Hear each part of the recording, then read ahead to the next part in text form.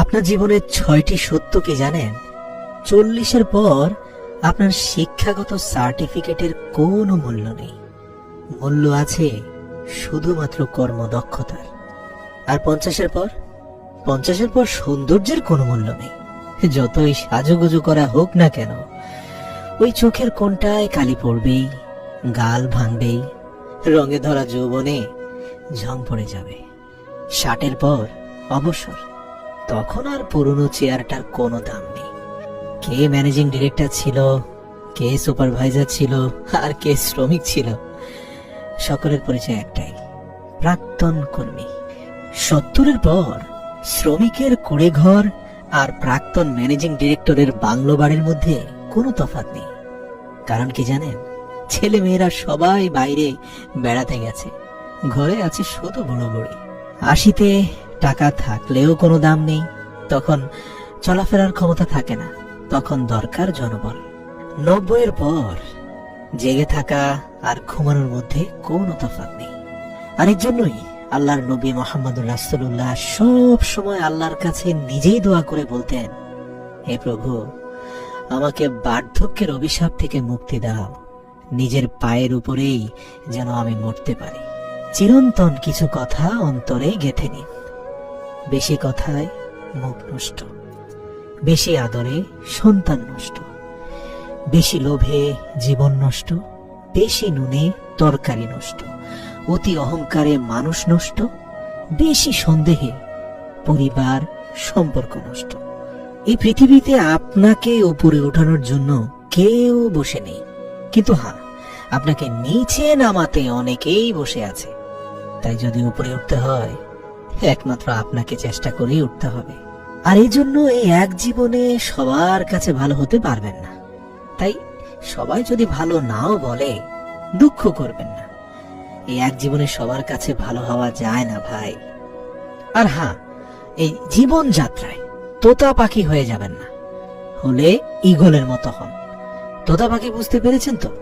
ওই যে অনেক কথা বলে, সারাদিন বকবক করে, এই সেই হয়ে যাবে, কিন্তু উপরে উঠতেও পারে না। আর ঈগলকে দেখুন, কোনো কথা নেই, কিন্তু ডানার শক্তি কি আকাশ ছুঁতে পারে। তাই মুখ থেকে শব্দ বের না করে আপনার সফলতাকে শব্দ করতে দিন। মন খারাপ, অসহায় লাগছে? তাহলে শুনুন ভাই, আপনার মাথার উপর ছাদ আছে, আপনার শরীরে কাপড় আছে, দুবেলা খেতে পান, রাতে ঘুমানোর জন্য জায়গা থাকলে বুঝবেন গোটা পৃথিবীর 75% লোকের চেয়ে আপনি ধনী। তারপরেও যদি মন না ভরে, তাহলে দয়া করে ফিলিস্তিনের কিছু পরিবারের ছবি দেখে নিন। তাই বলি, মন খারাপ হওয়া বাদ দিয়ে দিন। পকেটে যদি কিছু টাকা থাকে, আপনি আপনার পছন্দ মতো কিছু কিনতে পারেন, যেখানে খুশি যেতে পারেন, তবে জানবেন গোটা পৃথিবীর সেরা 20% বিত্তশালীদের মধ্যে আপনি একজন। কারণ পৃথিবীর 80% মানুষের পকেটে এই পরিমাণ টাকা নেই যে তারা পছন্দ মতো কিছু জিনিস কিনতে পারে। আর হ্যাঁ, সুস্থ সবল নিরোগ শরীর নিয়ে যদি আজকের দিনটাও বাঁচতে পারেন, ভাববেন পৃথিবীর লক্ষ লক্ষ মানুষের থেকে আপনি ভাগ্যবান। বিশ্বাস হয় না? ঢাকা মেডিকেল কলেজে যান, ঢাকা হৃদরোগ ইনস্টিটিউশনে যান, তাহলেই বুঝে যাবেন। তাই জীবনটাকে পাওয়া না পাওয়ার হিসেব মিলানোর স্থান বানাবেন না। এই জীবন পাওয়া না পাওয়ার হিসেব মিলানোর স্থান নয়। আসুন আজ থেকে কোনো অভিযোগ না করে বলি আলহামদুলিল্লাহ। উপভোগ করুন সৃষ্টিকর্তার দেওয়া আপনার জন্য সর্বশ্রেষ্ঠ উপহার, আপনার এই সংক্ষিপ্ত জীবনটাকে। জেনে রাখবেন, এই পৃথিবীতে ভাইরাস ছাড়াও আরো 2টি রোগ আছে। এক হচ্ছে অর্থ, আরেকটি হচ্ছে স্বার্থ। অর্থ থাকলে সবাই আছে, আর স্বার্থ ফুরিয়ে গেলে কেউ নেই। যাদের রূপের অহংকারে জমিনে পা পড়ে না, তাদের জন্য বলছি, রূপের জন্য হয়তো কিছুদিনের প্রশংসা তুমি কুড়াবে ঠিকই, কিন্তু গুণের জন্য তুমি আজীবন প্রশংসিত হবে। তাই প্রিয় বোন, রূপের চর্চা না করে গুণের চর্চায় রত থাকো। আর হ্যাঁ, জীবনে যতই ভালো কাজ করো, বিনিময় শুধু আল্লাহর কাছে চাইবে। কারণ এই জীবনে যতই ভালো কাজ করো, মানুষ কিন্তু সব সময় ভালো কাজগুলো ভুলে যায়। ওই ছোট একটা মন্দ কাজ করো, রেকর্ড হয়ে যাবে। তাই যারা সব সময় তোমার মন্দটা খুঁজে বের করে, মন খারাপ করো না। মহান সৃষ্টিকর্তা কিন্তু তোমার একটি ভালো কাজের বিনিময়ে 10টি মন্দ কাজকে মুছে দেন। আর হ্যাঁ, কিছু কিছু ক্ষেত্রে কঠিন সিদ্ধান্ত নিতে হয়। মানে দরকার হলে একা থাকুন, তবু দুধ কলা দিয়ে সাপ পোষা বন্ধ করুন। হঠাৎ হঠাৎ যারা রেগে যান, তাদের উদ্দেশ্যে বলি, রাগ আর ঝড় দুটোই একরকম। থেমে যাওয়ার পরে বোঝা যায় কতটা ক্ষতি হয়েছে। হযরত আলী বলেছেন, রাগের মাথায় চুপ করে থাকা ব্যক্তিটি কখনোই পস্তায়নি। মানুষের আক্ষেপ শুধুমাত্র রাগ করার কারণেই হয়, রাগের মাথায় মুখ বন্ধ করে রাখার জন্য হয় না। আর এর জন্যই পৃথিবীর সর্বশ্রেষ্ঠ বীর বলা হয়েছে তাকে, যে রাগের মাথায় চুপ করে বসে থাকতে পারে। আর হ্যাঁ, মুখে মধু দেখে সবসময় গলে যাবেন না। মনে রাখবেন, মুখে যাদের মধু ঝরে তারাই পিঠে ছুরি মারে। মাঝে মাঝে একাকিত্বকে ভালোবাসুন।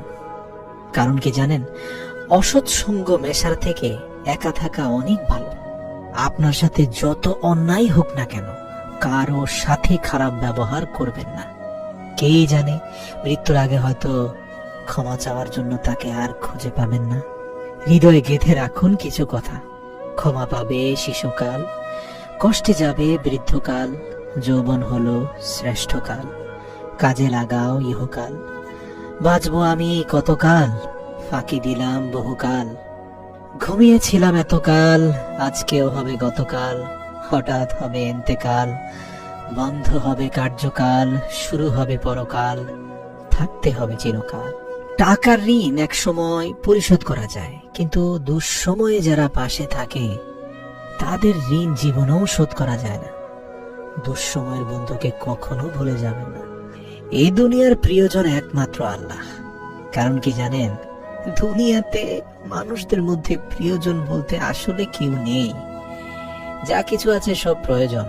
যখন প্রয়োজন ফুরিয়ে যায়, তখন প্রিয় মানুষগুলোর রং বদলায়, একমাত্র আপনার প্রভু ছাড়া। কারণ তার কাছেই একমাত্র আপনি ইনসাফ পাবেন। আর হ্যাঁ, রাগকে মনে জায়গা দিলে সম্পর্ক কিন্তু নষ্ট হয়। অভিমানকে মনে পুষে রাখলে দূরত্বের সৃষ্টি হয়। কিন্তু সব ভুলে ক্ষমা করে দিলে প্রতিটি সম্পর্কই স্থায়ী হয়। আসুন না, রাগ অভিমান ভুলে প্রত্যেকটি সম্পর্ককে মূল্যায়ন করি। আপনার একটি সিদ্ধান্ত আপনার চারপাশের পৃথিবীকে আপনার জন্য পাল্টে দিবে। আজ থেকেই শুরু করুন না। আর হ্যাঁ, মনে রাখবেন, কিছু কিছু ক্ষেত্রে ভালোবাসা বোঝানোর জন্য হাজার হাজার কথা বলতে হয় না ভাই। প্রয়োজন নেই। যে বোঝার সে চোখের ইশারায় বুঝবে, আর যে না বোঝার তার জন্য জীবন দিলেও বুঝবে না। আমাদের এই জীবনে বাবা মায়ের শিক্ষাই প্রকৃত শিক্ষা। স্কুল কলেজে তো শুধু ডিগ্রি শিক্ষা দেয়। এই পৃথিবীর কিছু কিছু মানুষকে বিশ্বাস বা অবিশ্বাস কোনোটাই করা যায় না। কারণ বিশ্বাস করলে ঠকতে হবে, অবিশ্বাস করলে হাঁটতে হবে। তাই এখানে ধৈর্য ছাড়া আর কিছুই করার নেই। আর কোনো মানুষের মুখে হাসি দেখলেই তাকে মহাসুখী ভাববেন না ভাই। রাত বাড়লেই অন্ধকারে যে মানুষটা হারিয়ে যায়, সেই মানুষটাই ব্যথা লুকিয়ে দিনের আলোতে তোমাদের সবাইকে হাসায়। তাই হাসির আড়ালের কষ্টটা উপলব্ধি করার চেষ্টা করুন। বুঝি না, আমাদের এই উপমহাদেশের একটা মহারোগ কি জানেন? ছেলের সাথে বউ সুখে থাকলে শ্বশুর শাশুড়ির কষ্ট লাগে, কিন্তু নিজের মেয়ে তার জামাইয়ের সাথে সুখে থাকলে মা বাবা খুশি হয়। আর এই মহাবিপদে শুধুমাত্র ছেলেদেরকেই ধৈর্যের পরিচয় দিতে হয়। মনে রাখবেন, কিছু কিছু মানুষের চোখে খারাপ হতে গেলে আপনাকে খারাপ কাজ করার কোনো দরকার নেই। ওই উচিত কথা বললেই দেখবেন যে আপনি তাদের চোখে খারাপ হয়ে যাবেন। আর হ্যাঁ, এই জাতীয় লোক থেকে দূরত্ব বজায় রাখুন, যারা উচিত কথা হজম করতে পারে না। তবে আরেকটা কথা বলি, ময় মুরব্বীদের সামনে উচিত কথার নামে বেয়াদবি করতে যাবেন না। কিছু কিছু মানুষ আদব আখলাকের সাথে উচিত কথার একটা সংঘর্ষ বাঁধিয়ে ফেলেন। উচিত কথা সেখানেই বলবেন যেখানে এর মাধ্যমে কল্যাণ বয়ে আসবে, আপনার বয়োজ্যেষ্ঠ পিতামাতার সামনে নয়। দেখুন, ফুলকে নাকের কাছে নিয়ে শুকতে হয় সুগন্ধ পাওয়ার জন্য। আর দেখুন না, পচা জিনিসের দুর্গন্ধ এমনিতেই নাকে আসে। তাই যোগ্য লোককে ডেকে কাছে আনতে হয়, আর অযোগ্যতা আপনা আপনি আপনার কাছে এসে তেল দিতে থাকবে। তাই তেলবাজদের কাছ থেকে দূরে থাকবেন। যোগ্য লোককে সম্মান দিয়ে অনুরোধ করে আপনার কাছে ডেকে আনবেন। তাহলেই দেখবেন আপনার প্রতিষ্ঠানের চেহারা পাল্টে গেছে। বাংলাদেশে যারা বাইক চালান, প্রিয় বাইকার ভাইয়েরা, সব সময় ওভারটেক করার আগে মনে রাখবেন, কোনোদিন না ফেরার চেয়ে দেরিতে বাড়ি ফেরা ভালো।